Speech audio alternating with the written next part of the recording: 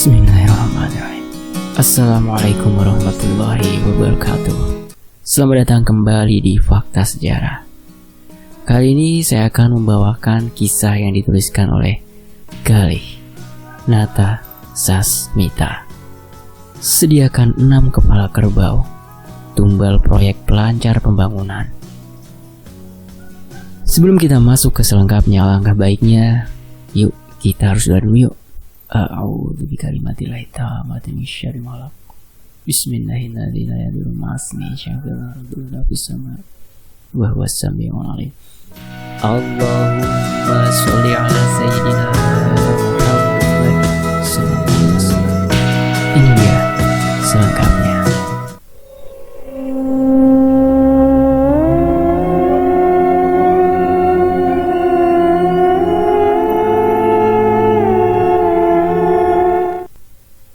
Pada tahun 2015 silam, aku masih bekerja di salah satu perusahaan real estate yang berlokasi di Tangerang, Banten. Tumbal proyek pembangunan, aku menganggapnya ini adalah hal yang tidak lagi tabu, yang sudah lumrah dilakukan untuk memperlancar pembangunan kawasan rumah atau gedung. Emangnya kalau nggak ada tumbal proyek bakal nggak lancar ya? Jawabannya, iya. Percaya atau tidak itu terjadi. Aku mengalaminya sendiri. Terdengar tidak masuk akal? Memang iya. Semua hal yang berbau mistis atau goib tak masuk akal, bukan? Pekerjaanku saat itu mengurusi pembangunan dari awal sampai bangunan itu jadi. Tentunya dengan segala permasalahan yang ada. Aku mengawasi pembangunan kawasan, termasuk jalan, kemudian klaster, yang membutuhkan waktu lebih dari 12 bulan sebelum serah terima ke konsumen. Aku tidak pernah membayangkan sebelumnya bagaimana proses pembangunan sebuah kawasan itu sendiri. Di pikiranku ya tinggal dibikin aja gitu.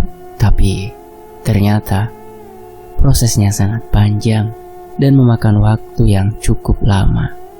Proyek tersebut aku handle dibantu dengan departemen lain guna bekerja sama agar berjalan sesuai dengan rencana. Suatu hari, aku bersama tim teknik mendatangi site project, memastikan bahwa lahan sesuai dengan yang ada di gambar as-built drawing. Kalau salah aja mohon maaf ya teman-teman ya. Yuk lanjut. Cukup membutuhkan waktu yang lama untuk memutari kawasan tersebut. Di tempat yang akan dijadikan klaster terdapat 2 kuburan yang belum dibebaskan. Karena penasaran, aku menanyakan hal tersebut kepada bagian teknik. Kenapa masih ada 2 kuburan di situ? Apa mungkin itu akan menjadi penghambat pembangunan kelak? Pak Tija sebagai proyek manajer saat itu hanya tersenyum dan tidak membalas pertanyaanku. Tapi itu membuatku semakin penasaran. Kuburan siapa itu? Dan kenapa tidak dibebaskan? Kuburannya terlihat sudah tua, tidak terawat, dan tidak ada nama di nisanya. Selain itu, beberapa meter dari kuburan, aku melihat ada 2 pohon besar yang belum ditebang. Pohon beringin yang usianya sudah tua. Aku pun menanyakan hal itu kepada Pak Tija, dan ia tidak menjawab pertanyaanku lagi. Semakin penasaran dengan keganjilan yang terjadi pada hari itu. Keesokan harinya, aku mengunjungi site project lagi dan mengunjungi warga sekitar. Sebenarnya aku hanya berniat ngobrol-ngobrol saja dengan warga, tapi warga menceritakan tentang apa yang aku pertanyakan. 2 kuburan dan 2 pohon beringin yang belum ditebang. Menurut warga, kuburan itu sudah ada sejak ia kecil dan tidak tahu itu kuburan siapa. Kemudian, 2 pohon beringin yang berdiri kokoh itu tidak bisa ditebang. Konon katanya, pohon itu merupakan pohon keramat yang tidak bisa ditebang. Perusahaanku pernah melakukan penebangan dengan cara apapun, tapi akan selalu ada kejadian yang mengakibatkan pohon itu tidak bisa untuk ditebang. Kejadian itu seperti gergaji mesin yang tiba-tiba mati, alat berat yang tiba-tiba rusak, dan pernah juga menelan korban. Sejak saat itu, pohon tersebut dibiarkan begitu saja. Oh ya, for your information ya, Tangerang itu di bawah tahun 2000 kebanyakan masih menjadi perkebunan karet dan jarang ada warga yang bermukim di sana. Jadi gak heran bila mana ada kuburan yang gak dikenal di balik megahnya sebuah kawasan.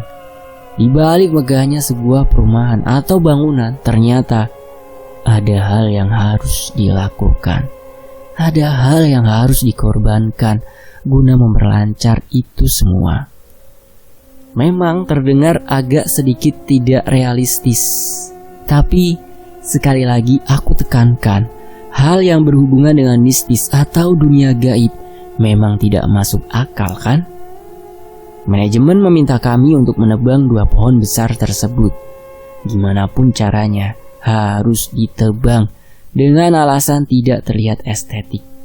Aku dan Patija suatu hari pergi ke suatu daerah di Kabupaten Pandeglang. Kami menemui seseorang yang konon katanya beliau memiliki kemampuan untuk mengusir atau mengatasi masalah yang sedang kami alami saat itu. Sebut saja orang itu dengan nama Aki. Umurnya beliau sudah sangat sepuh dengan jenggot panjang, sedikit bungkuk dan tidak dapat berbahasa Indonesia dengan lancar. Patija menjelaskan maksud dan tujuan kami menemui Aki. Herannya, tanpa dijelasin dengan rinci, Aki sudah mengerti dan sudah tahu maksud kami. Minggu depannya, Aki bersedia datang ke Tangerang. Hari yang ditunggu pun tiba. Aku menjemput rombongan Aki dari Pandeglang. Beliau bersama muridnya, hanya berdua saja.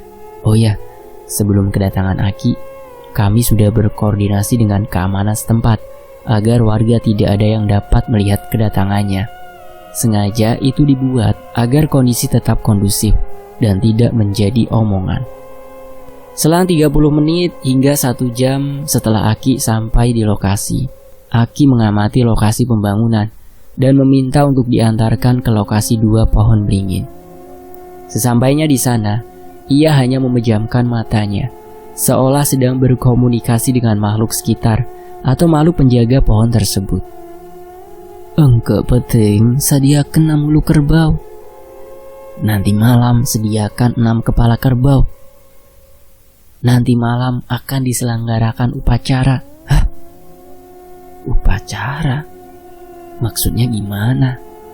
Ya, saat itu aku gak terlalu ngerti maksud dari kata upacara yang dikatakan oleh beliau. Berkenaan dengan hal itu, aku berkoordinasi dengan bagian finance bahwa kita memerlukan 6 kepala kerbau untuk nanti malam. Menjelang maghrib, aku dikabari oleh bagian purchasing bahwa kepala kerbau yang diminta sudah siap. Dan aku langsung memberitahukannya kepada Aki. Adzan maghrib berkumandang. Langit sore terlihat bagus ditambah dengan nyanyian burung gereja yang melintas di atas kita. Kami bergegas melaksanakan sholat maghrib dan berdoa kepada Allah Subhanahu wa Ta'ala meminta kelancaran kegiatan nanti malam.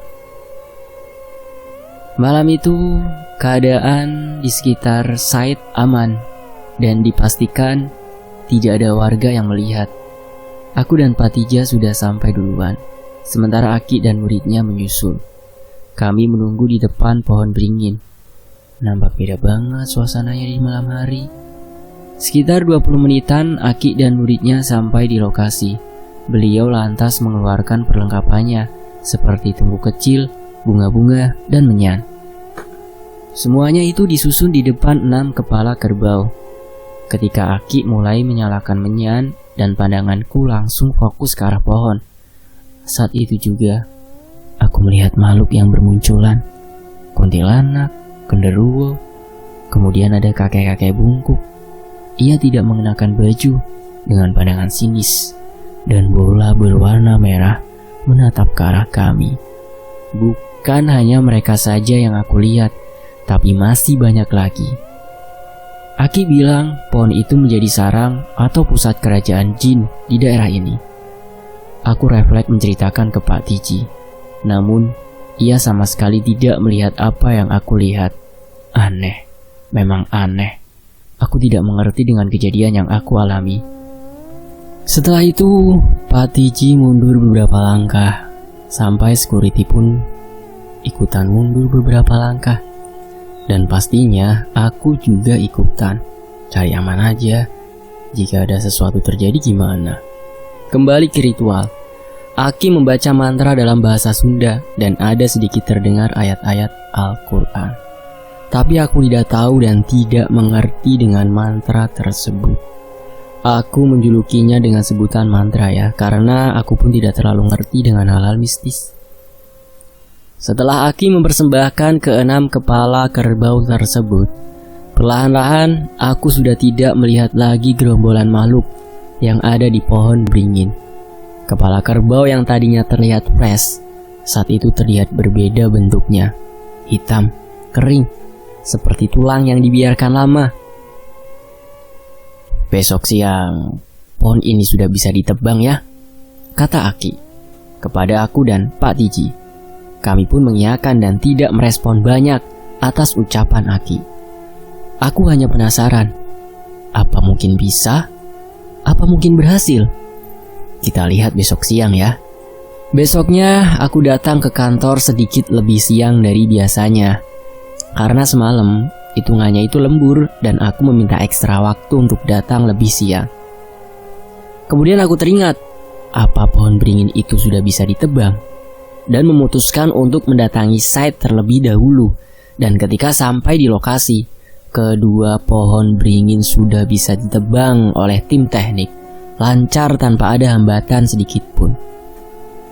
Kejutan yang aku tidak bisa berkata apapun, cuman cengok antara percaya dan tidak, tapi benar-benar bisa ditebang pohon itu. Bangunan mulai berjalan, dimulai dari pengerasan jalan agar kendaraan proyek bisa masuk. 2 kuburan tua, Aki bilang itu adalah kuburan jawara pada masanya, dan dibiarkan saja di situ, tidak boleh dipindahkan. Akhirnya kita harus mengatur lagi gambar dari awal. Beberapa minggu setelah upacara, manajemen memutuskan untuk mengadakan penjualan early bird, dan selama 1 bulan akan ada tenda serta konsumen yang berdatangan di lokasi proyek. Percaya atau tidak, penjualan saat itu sold hanya dalam hitungan hari. Aku sempat curiga, kok bisa? Bakal ada apa lagi ke depannya? Karena seolah dibuat untuk buru-buru membeli unit. Beberapa bulan setelahnya pembangunan mulai berjalan. Aku seperti biasa mengunjungi site untuk melihat progres pembangunan. Siang itu aku memutuskan untuk membeli minuman dingin di bedeng yang berada di dalam proyek. Jadi, setiap pembangunan itu pasti selalu ada bedeng. Itu tempat tinggal pekerja dan ada juga yang buka warung. Siang itu, aku ngobrol ngalor ngidul dengan salah satu pekerja.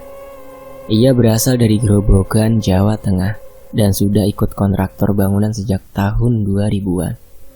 Aku mengawali obrolan ringan sampai dengan obrolan serius, yaitu tumbal proyek pembangunan. Ia sebelumnya menolak untuk bercerita, namun pada akhirnya ia mau bercerita. Menurutnya, di setiap pembangunan proyek itu pasti akan ada tumbal nyawa. Percaya atau tidak, itu selalu ada dan terjadi. Tujuannya adalah agar memperlancar pembangunan. Lalu, apa yang ditumbalin? Ya biasanya manusia mas, kadang juga kepala kerbau. Beberapa temanku sudah menjadi tumbal di proyek tahun lalu. Aku sudah pasrah aja mas. Mendengar ia bercerita semakin meyakinkan aku bahwa mitos yang beredar selama itu benar. Tumbal proyek pelancar pembangunan. Jadi ia sudah memberitahu kepada keluarganya, kalaupun ia suatu hari menjadi the next tumbal, keluarganya harus sudah siap kehilangan dirinya. Itu merupakan konsekuensi yang harus diterima oleh setiap keluarga yang bekerja sebagai kuli bangunan proyek. Menurut Pak Agus, tumbal yang dimaksud adalah ketika bekerja, tiba-tiba terjadi kecelakaan kerja yang kalau dijelaskan itu tidak mungkin terjadi. Kecelakaan kerjanya itu seperti jatuh dari atas bangunan, masuk ke dalam adukan semen, sampai pernah rekan Pak Agus keseret beko loader hingga badannya buntung dan meninggal di tempat. Innalillahi wa inna ilaihi raji'un. Yang paling membuatnya meringis adalah jika ada orang yang jatuh ke adukan semen, itu dibiarkan saja ditanam di situ. Tujuannya agar jiwanya menyatu dan pembangunan semakin lancar. Astagfirullahaladzim. Sengaja ditanam di adukan semen. Wah, itu gila, benar-benar gila. Tapi itu terjadi dan memang tidak banyak orang yang mengetahuinya, termasuk aku. Aku pun baru tahu dari Pak Agus. Kalau ia tidak menceritakannya ya aku gak bakal tahu. Termasuk di proyek yang aku handle saat itu juga, pasti akan ada kecelakaan kerja. Percaya atau tidak, 2 bulan setelah aku ngobrol dengan Pak Agus, ada 3 orang pekerja yang meninggal. Yang 2 jatuh dari atas bangunan. Yang 1 ia keseret beko loader dan badannya menimpa kayu-kayu penyangga bangunan, lalu meninggal di tempat. Innalillahi. Setelah 3 orang pekerja meninggal, pembangunan semakin lancar. Sama sekali tidak ada hambatan hingga pada bulan ke-15. Kawasan dan klaster sudah jadi dan siap untuk diserah terimakan kepada konsumen. Aku pikir tumbal yang diminta adalah cukup 3 orang pekerja. Tapi pikiranku itu salah. Beberapa bulan setelah kawasan itu jadi, dilalui oleh banyak orang, baik itu yang berasal dari kawasan Tangerang atau luar Tangerang, ada lagi korban berjatuhan. Dalam 1 tahun kawasan itu jadi, sudah ada 11 orang yang meninggal di tempat. Namun anehnya yang meninggal tersebut bukan warga sekitar. Mereka berasal dari luar wilayah. Ada yang meninggal ditabrak kendaraan proyek. Ada pula yang jatuh dari motor. Kejadian meninggal yang terlihat tidak masuk akal tapi terjadi. Dan itu rutin, setiap tahun akan ada yang meninggal di kawasan. Menurut Pak Tiji, ia sudah puluhan tahun bekerja di perusahaan real estate dan sudah menjadi hal yang biasa baginya, tumbal sebelum dan sesudah pembangunan, baik itu kawasan atau perumahan. Ia sendiri pun tidak mengerti dan tidak mau ambil pusing mengenai tumbal proyek. Baginya, ia bisa tetap bekerja untuk menafkahi keluarganya. Jika suatu saat ia menjadi the next target, mungkin sudah bagian takdir hidupnya. Lalu, siapa sebenarnya yang membuat perjanjian sehingga terjadi tumbal-menumbal ini? Aku tahu, tapi aku nggak bisa nge-share di sini ya. Bukan kapasitas aku untuk memberitahukannya. Yang pasti, dimanapun kalian berada, jika ingin bepergian, berdoa dulu ya. Menurut kepercayaan masing-masing, doa itu penting. Sudah dulu ya cerita kali ini. Aku gak bisa nge-share lebih soalnya aku ditegur Aki. Mohon maaf jika ada bahasa atau kata-kata yang tidak berkenan. Semoga sehat selalu dan semoga semua makhluk berbahagia. Amin. Salam Gali Natasha Smita. Terima kasih buat teman-teman yang udah mau nyimak kisah ini di sini ya. Wassalamualaikum warahmatullahi wabarakatuh. Sampai jumpa di kisah lainnya. Terima kasih teman-teman. Alhamdulillahirobbilalamin.